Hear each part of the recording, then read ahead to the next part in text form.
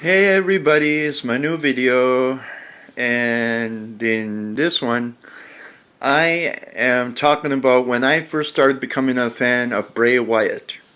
Thank you again for adding me, but when I became a fan of Bray Wyatt were the days when he would have Braun Strowman and the other guy, they'd always have the lantern with a face on it, and they'd always be like, "We're here," you know. He also had one of the Bray Wyatt also had one of the greatest feuds who I think he ever had was with Randy Orton when Randy Orton burned down Mother Abigail, set it on fire. Because Randy Orton is my favorite wrestler.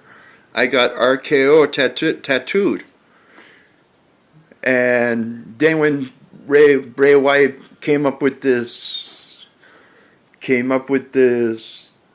gimmick of the Fiend.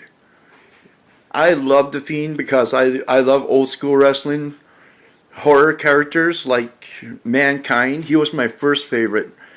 Mankind. My other favorite, well, he died, Viscera. But the Fiend, if the Fiend and if the Fiend and the Boogeyman fought, that would have been a good storyline. The Fiend and the Boogeyman. But I heard the Boogeyman died, the guy that does the portrayal. But you know what I mean?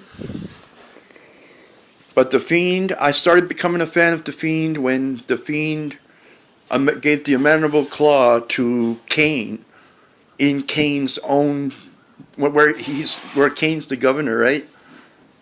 And in his town, he dressed up once again as Kane, and the Mandible Claw was put on Kane.